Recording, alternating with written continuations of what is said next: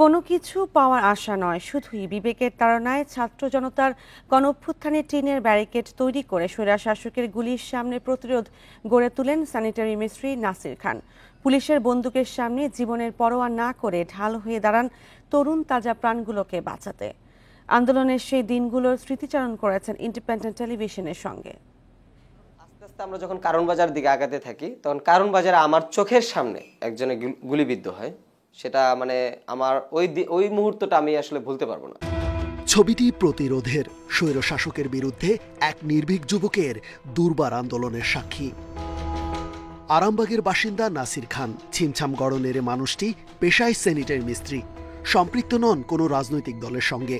তবে চোখের সামনে স্বৈরাচার সরকারের নির্মম অত্যাচার জুলুম দেখে চুপ থাকতে পারেননি। সোনারগাঁও হোটেল থেকে আমরা টিন ছুটাই একটা টিনটা তো অনেক বড় থাকে, তো আমি এটাকে দুই টুকরা করি।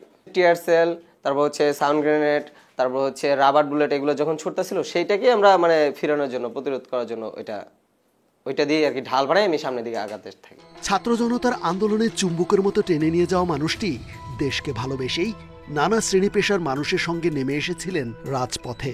বাংলাদেশের যতগুলো আর কি দল আছে, কোনো রাজনৈতিক দলের সাথে আমি জড়িত না।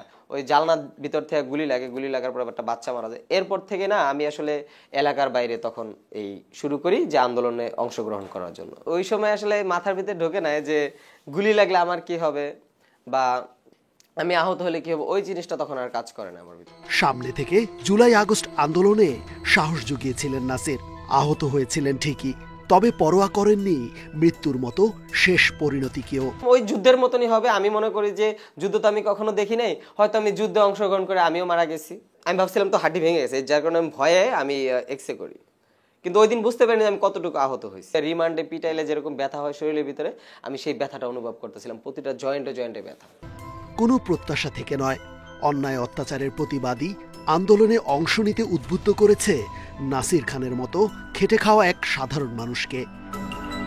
রেজওয়ানুল হক, ইন্ডিপেন্ডেন্ট নিউজ, ঢাকা।